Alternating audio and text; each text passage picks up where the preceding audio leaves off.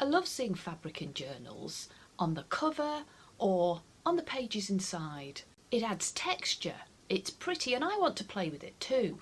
I just don't feel confident using it, well, at least not yet, and I don't really have much in my supplies. I also don't want to start a project that I feel is too difficult and maybe leave it unfinished. Which was all a bit of a challenge really, until I found a new technique. Now I'm hooked on making these faux fabric covers, and they are just so easy. They have a pretty butterfly on the front and this faux quilting effect. They are fabulous for making as gifts, for selling in your Etsy shop, or maybe you want to keep one for yourself. Either way, they are super easy, so this is a great video for beginners. Hello, it's Joey, and today we are making faux fabric covers using only book pages and paper.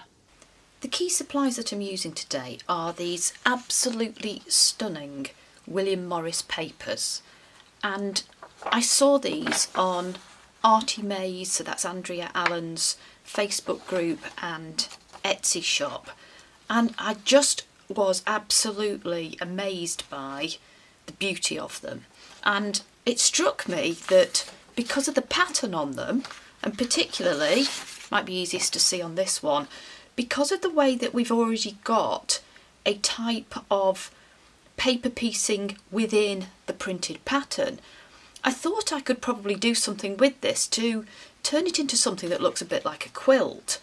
Now you could make a page like this with your own paper pieces, so I don't want to come here and say you've got to go and buy a particular digi, because that's not what my channel is about. But yeah, I think it's fair to say that these patterns and these papers are just absolutely stunning. Let me know what you think. So it might be easiest to see on this one. What we've got are a number of different rectangles that all join up. So I felt if I put some stitching, and again you could do faux stitching, just take a pen and do it with either a running stitch style or a crosshatch. If I put some stitching across where some of these rectangles meet, I would create some kind of faux fabric stitching effect.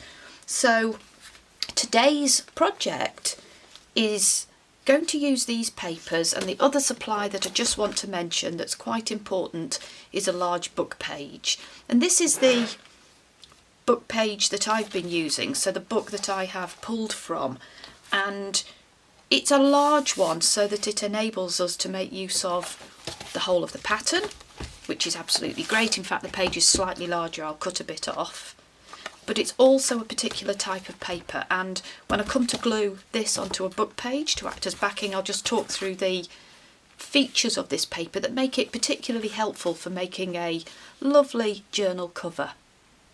So I had a go at stitching, and then I sort of fell into having a go at some form of decoration. So I've added butterflies today, and I will talk you through, towards the end of the video, 3 different styles of decorating the cover, although obviously you could have a play with any of your little embellishments. The other thing I'll do today is give you suggestions for where to actually stitch, just to make life super easy as we add this texture, and I've done it in a form of zigzag. So I've had a little bit of a play at where to stitch, making it easy so that when we come to add an embellishment, we're still seeing plenty of texture in that stitching, and perhaps the joins are hidden by the embellishment that we add. So all of the tips I'll share as we go through the process. Hit that subscribe button if you like seeing projects like this, and do let me know if this is the sort of project that you enjoy. So the 3 easy steps for this project are glue, sew and embellish, and I'm beginning with my very large and beautiful matte book page. This book is, let's tell you the size. So this book is about 8 inches wide, just over, and 12 inches in height. So they are pretty much the size of an A4 sheet of paper. So this is the size that I have printed from this particular digi. And the reason I chose this book, apart from the fact that it's just lovely, also I need to use some of my books up. I need to use some of my book pages. It is relatively thick, so I don't know if you can hear that. It's it's got some robustness to it. The other feature that I've noticed is particularly useful when I use book pages to back sheets like this is it's not too resistant to a needle going through it when I come to sew. So I'm just thinking about these features as I choose a particular book page. So why don't we tear one out and just show you the backing that I do to one of those beautiful pieces of paper. I've used these books over and over again for making pockets and indeed for making tags and envelopes, probably mostly pockets. I really love this style for making pockets, and I can paint on them with watercolours as well. That's a really nice project. So the first thing I want to do is show you on a finished one. In fact, I'll show you on several of my finished ones, because once you get going, it's kind of one of those projects that you can't stop. It's so easy and it's therapeutic, which I really like. What I'm going to do is add one book page to the back of each of these pieces of paper. So I've done a few and it's a little bit bigger, but that's okay, I'll trim it off. What I like to do is position the book page in a particular way, so I'll just share that tip. So I'll take one of these lovely green patterns of paper, and the first thing I think about is which way up do I want this piece of backing paper to be. I've got choices about my little tatty edge and whether I want that at the top of my journal cover or the bottom, or indeed if you want to keep it. I want to keep it. I want that sense of texture in my project. The other thing I do is I look at either side and I think which of these sides wants to be the one that's visible when we come to see the inside. You may or may not want to cover up the inside when you've created your journal cover. Sometimes I think I want colours that don't look completely different to the pattern that I've chosen. So for this example, because this has got blues and reds in it, I probably don't want this to be the visual that I see on the inside of the cover. I do like diagrams in my journal covers, but I also want something that's really classic with this, because I feel that this William Morris pattern is just it's a thing of beauty, and let's complement it, let's not compete. So I'm going to have the side that has black and white images as the inside of my cover. So I'm going to fold it so that that faces away, and then I'll be sticking this sheet on top here. So let's just get a sheet stuck down, and I put not a lot of glue on. And the reason I'm doing that is I'm minimising the risk of little undulations appearing in the paper.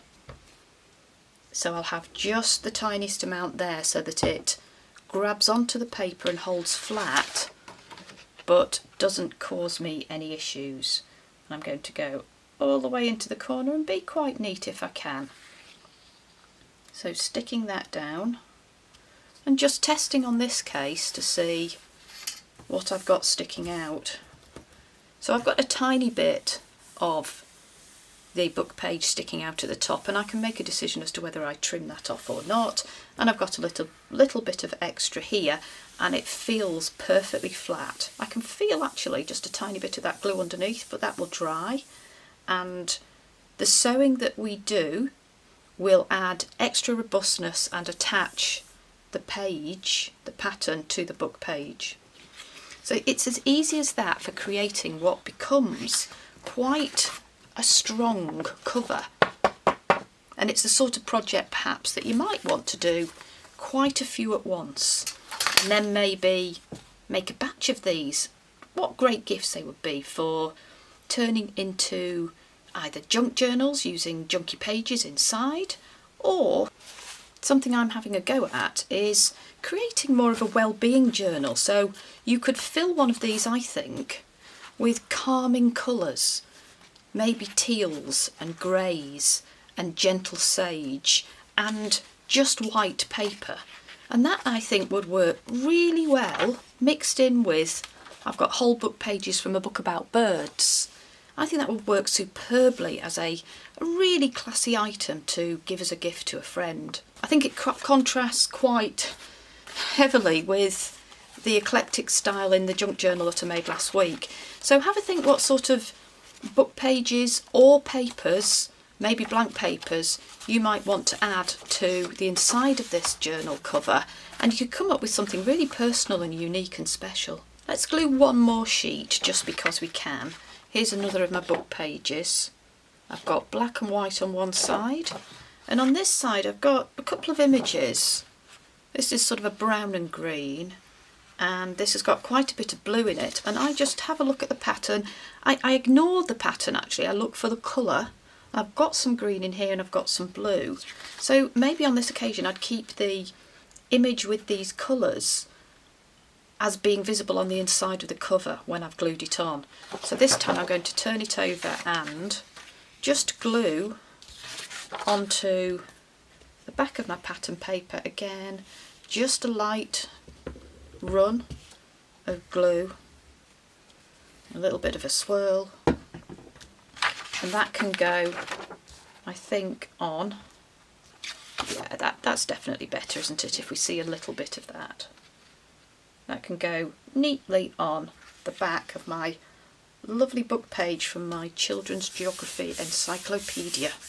Absolutely gorgeous. So the patterns to choose from in this particular set, this William Morris set, are these fresh greens and relatively gentle oranges, and then we have some deeper green here, very floral. We have this rich, almost tapestry-like noble set of patterns, a nice long strip here, and this has got a richer red in it, so I think this has got a much bolder design to it. I think this little chappy here, so the bird on the bottom left, does remind me of something rather Christmassy. I don't know what you think. I do like the teals in this, and the third pattern that you get in this particular DigiKit has got some very royal gold in there and a deep contrast of black. So each of these sheets are the ones where you can see different rectangles joining together of patterns that really speak to each other. So now that we've got our pages stuck down, I'm going to trim off the end, and then I will sew around them and add that quilting effect. I think on this occasion I'll use my cutie little Fiskars trimmer. Let's just put one of these under. I'm aware that this side might not be perfectly lined up to give me a position that's as neat as I want, so I'm going to be very careful looking where that needs to go before I bring that down. There we go, wasn't that difficult after all. So I've got a trimmed sheet that's now quite thick, the glue is pretty much dry already, and I think I'm going to keep that at the top because I like it. One of the tips I have for making life just a little bit easier with this project is to follow a particular route for creating the pattern and then doing the stitches on the outside. So on the green and orange one, what I like to do is start with the zigzag effect, so adding the paper quilting and then adding the outside run of running stitch. And as I say, you could do this with faux stitching, so just taking a pen, maybe a pen in a complementary colour, so something like this fine tipped Inconic pen would be absolutely perfect. I'll put a link to these in the description box down below.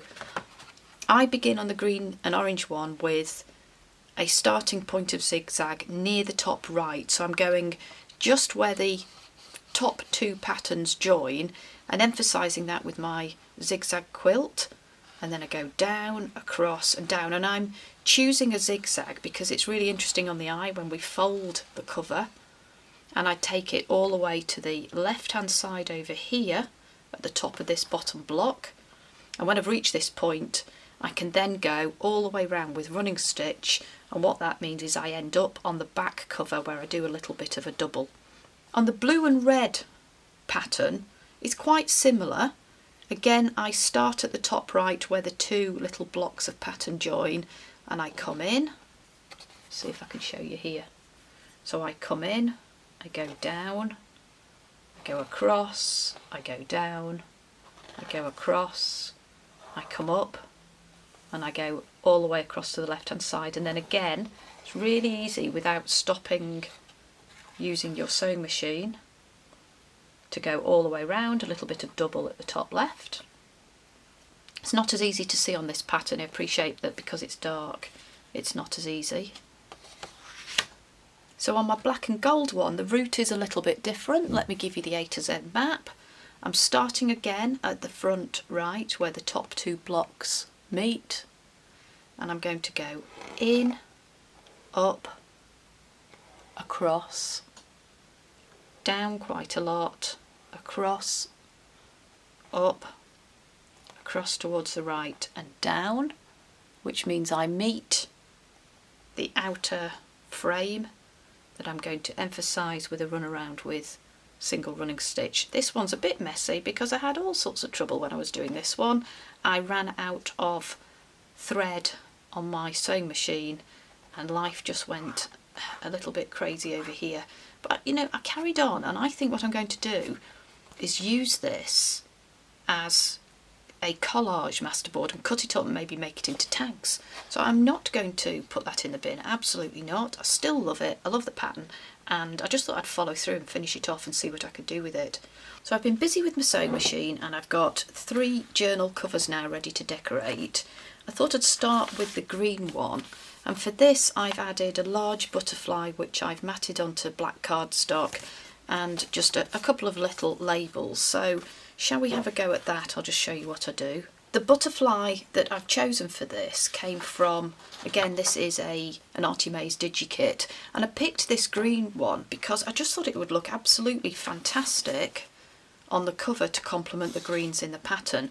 And this sheet is great because we've got choices of gorgeous green ones, we've got very neutral ones,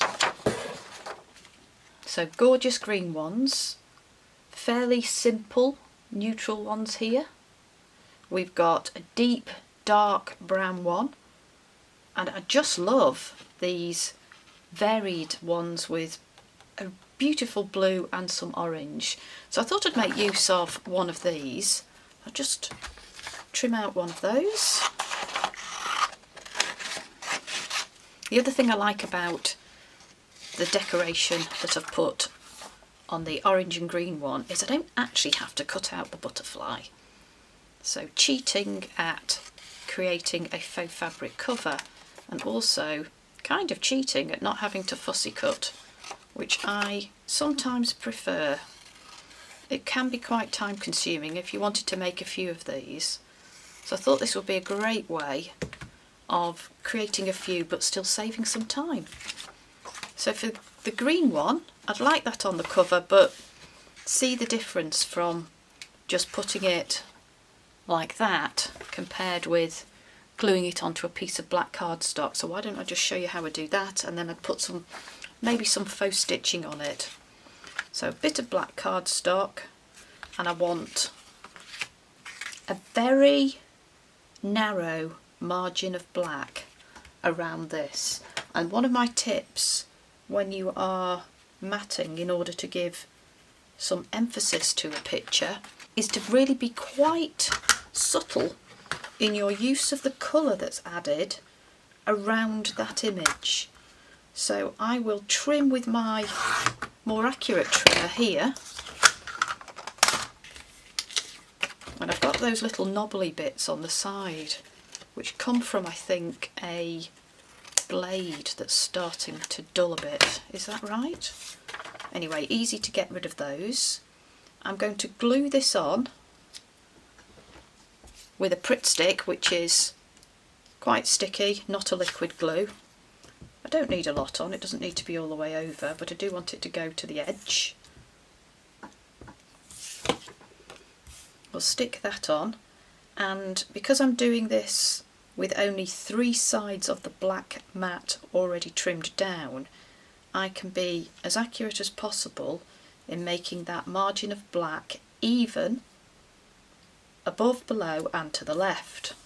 So I'll stick that down, and at that point I will then use my scissors to make the margin on the right hand side to be exactly the same as the other sides, and that way I find to be more accurate and easier than trying to cut mats that work for me size-wise entirely by using my trimmer. I'm always a few millimetres out, so sometimes trimming with the scissors on the final edge for me seems to be easier.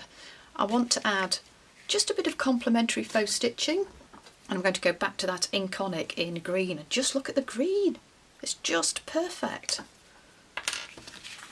So I'm going to add just a very short delicate stitch all the way around. So even if I've sewn on the cover with my sewing machine, I'm still going to use faux stitching for some of these final details. There we go. That is going to go on the front, and I still think it needs something to the left here. So let's find my little Tracy pot. So I've got a few little Tracy labels, and I'm going to pick a bold one, rectangle, and one with those little cutty off edges. Voila. And I am going to build this up. So it's going to be on the front, still showing, let me show you where I want to position this. I want to show as much of the stitching as possible because we've done it and it's beautiful. So I'm going to position it just below this line of stitching, slightly to the left. So let's see where the fold goes and make our life easier. I'm going to put some glue on the back of this, but not everywhere, and just hold that about there. I'm going to add my little labels so that they're in the absolute perfect position. So I will have a bold one at the top and something down here. Tuck him under there, and I think I'll just have something down here like that. So I can stick those labels down. I'll take a little bit of my liquid glue and just add it underneath here. And that's number one. Shall we have a go at another two? Just, they're all a little bit different, so I thought I'd share them all. The next one is my red and blue, so let's just fold that over.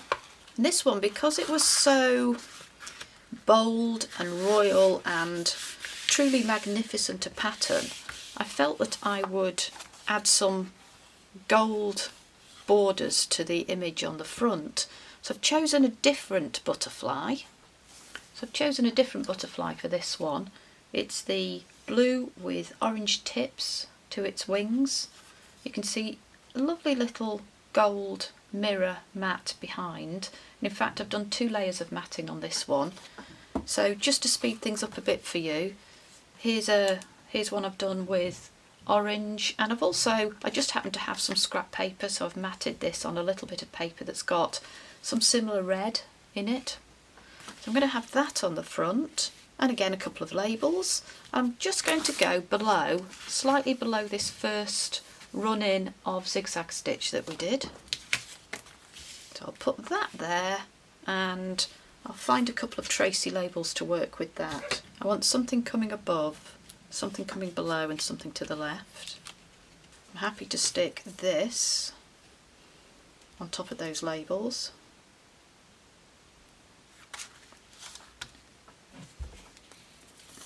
A little bit of glue on the back of my labels, and that can go in a similar place to the last one so that I'm still seeing the zigzag.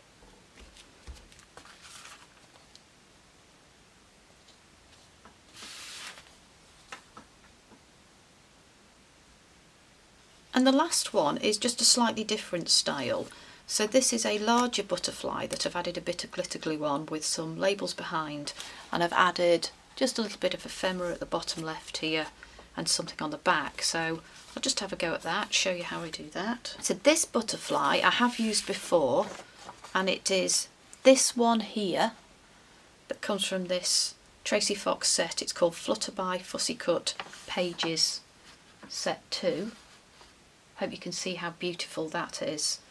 So what I'll do is just cut that out and add a little bit of augmentation to it, and then we can add it. I used it on the front of a collage cover that I did entirely with bits of scrap and book pages recently, and I think without glitter glue it works really well on that. When I cut these out, I leave a little bit of a margin, so a little bit of white around the image, because first of all I think I need to do it for the antennae, which are a strong feature of this, and I do augment them as well, but also it makes life easier, and in this little design I don't think it detracts from it. I don't think I need to go all the way to the edge, so that's what I do, making life simple and easy.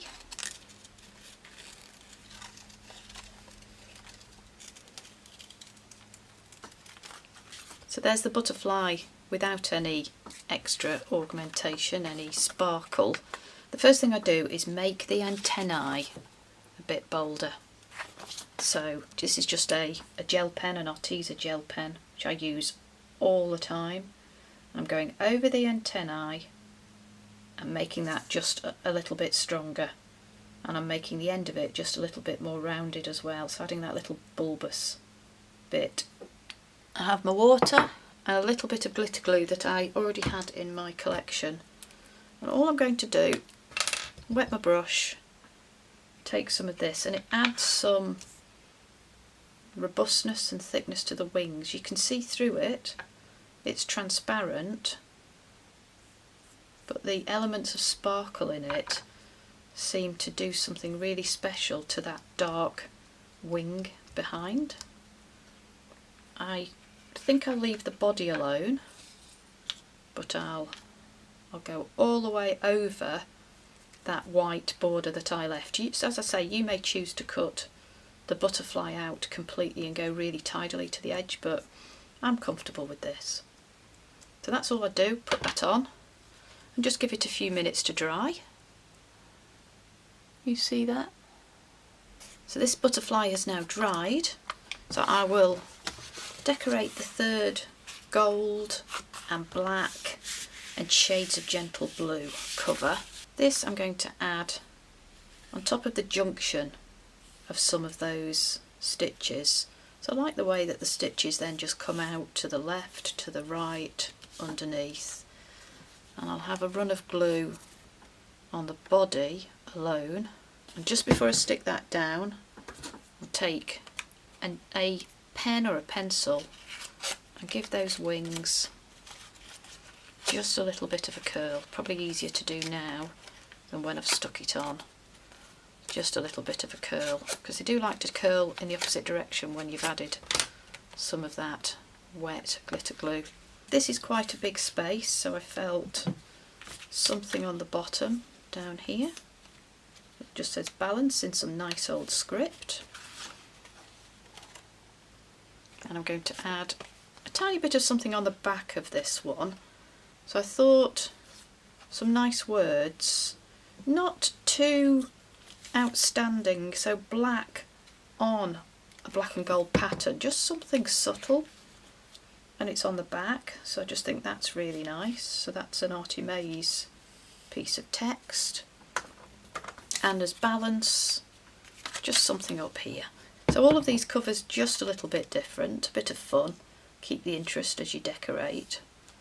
But that gives me 3 journal covers to fill, either with those eclectic papers or the gentle teal Wellbeing Journal style contents and signature. I've got a beautiful black and gold one with a butterfly that stands proud. I've got a gorgeous blue and red one, and I've got my delicate greens. Absolutely stunning from the Artymaze William Morris collection. What do you think? I hope to see you soon.